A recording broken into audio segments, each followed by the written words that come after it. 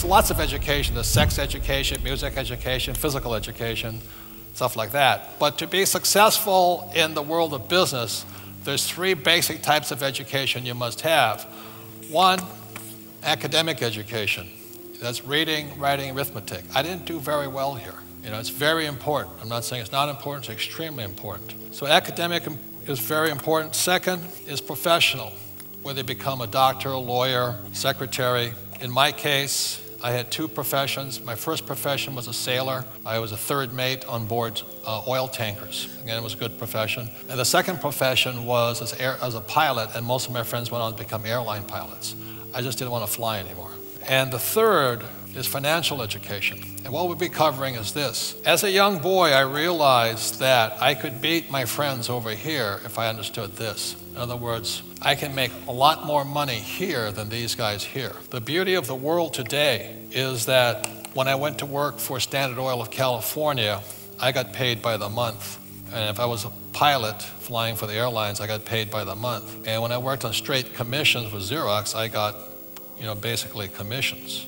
But I realized from my rich dad talking to me, that if I understood financially, I could make money 24/7 without working. That was the difference. What you'll be learning about today is how we make money 24/7 without working. To me, that makes a lot more sense than working hard all the time. The basics of financial education begins with this, with literacy, is it begins with an income statement and a balance sheet. This is the fundamental if you're going to be wealthy. And if you look over here, after mission, it's cash flow. This is basically accounting, CFOs, auditing departments. So as a young boy, that's when my rich dad started me on this. He says, if you can manage this, you'll always be a rich man, no matter what happens to you. This here is income, expense, asset, liability. Where people get mixed up is they call their house an asset. And he says, that's the problem. They call their car an asset. Generally accepted accounting principles, I can actually count this suit as an asset. That's what my rich dad said. That's where people get messed up. This form is called an income statement. In America, this is called a balance sheet. There's a third form. It's called a statement of cash flow. Okay. So when you look at this here is the real game board from my cash flow game. This is income. This is income statement, balance sheet, statement of cash flow. Okay. So the game is teaching you as a kid's version, intermediate version, advanced version. It's teaching you while you're having fun. So very simply, my rich dad said, assets put money in your pocket. So this is the cash flow pattern of an asset. It goes from the asset, it could be a house I rent out. So assets put money in your pocket whether you work or not. So what's the definition of an asset? Assets what? Put money in your pocket whether you work or not. One more time. Assets what? Put money in your pocket whether you work or not. Now, I asked somebody, I was in Singapore, and I said, can you name an asset you have? And this little Chinese woman raised her hand. She says, oh, yes, my husband. I said, I'm talking about inanimate objects. She says, oh, he doesn't do anything anyway, And so a liability takes money from your pocket. What's the definition of liability? Takes money from your pocket. So the reason people are afraid of losing their job is because they have liability they think are assets. So they have to keep going to work. Does that make sense, you guys here? The other mistake that people make is that what they do is because they think their house is an asset, so they go and buy a big house, but what they have is a mortgage. And a mortgage stands for death, mort here, dead.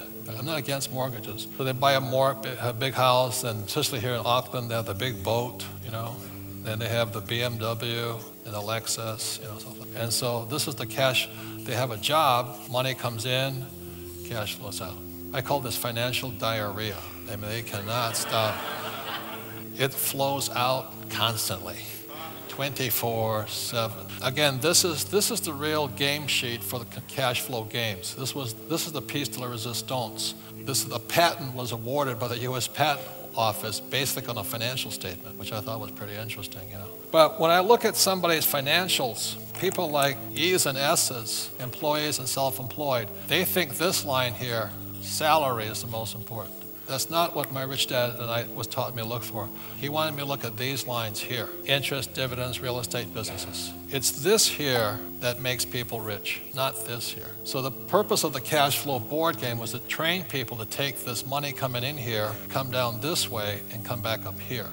That's it, okay? The assets, there's 4 basic asset classes that make people rich. Number 1 is a business. It's a business on this side. So you look at guys like Bill Gates, he founded Microsoft. Jobs created Apple. Murdoch has broadcasting. So business is the number 1 asset. That's why I went to learn how to sell, because you have to learn how to sell to be good in business. Second is real estate. My wife in 1989 started out with 1 rental unit. Now she has 1,400. Ken has 10,000. My wife has 1,400 and we have 2 houses. We count them as liabilities. We have 1 house in Arizona, 1 house in Hawaii. So we call those liabilities. We don't call them assets. The third asset class is paper, stocks, bonds, mutual funds, unit trusts, stuff like that. In Malaysia, that's when I warned you, when I talked about unit trusts or mutual funds, and I talked about real estate, we had realtors and financial planners leave the room. They're very upset with what I said. It's not that I don't invest in unit trusts, I don't trust them. That's the reason. They're for a certain class of people, but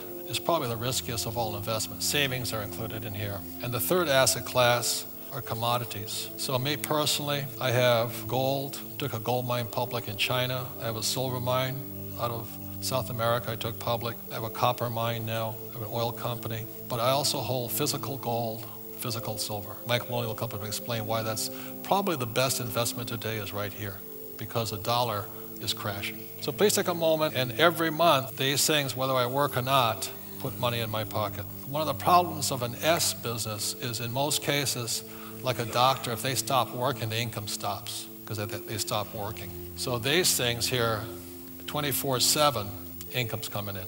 And that's what I was trained to do. Did you enjoy the video? Please let us know by smashing the like button and commenting what part of this video you find helpful. While you're still here, you can also check out these videos of Robert Kiyosaki. Thanks for watching, and remember to keep this investing tips a secret.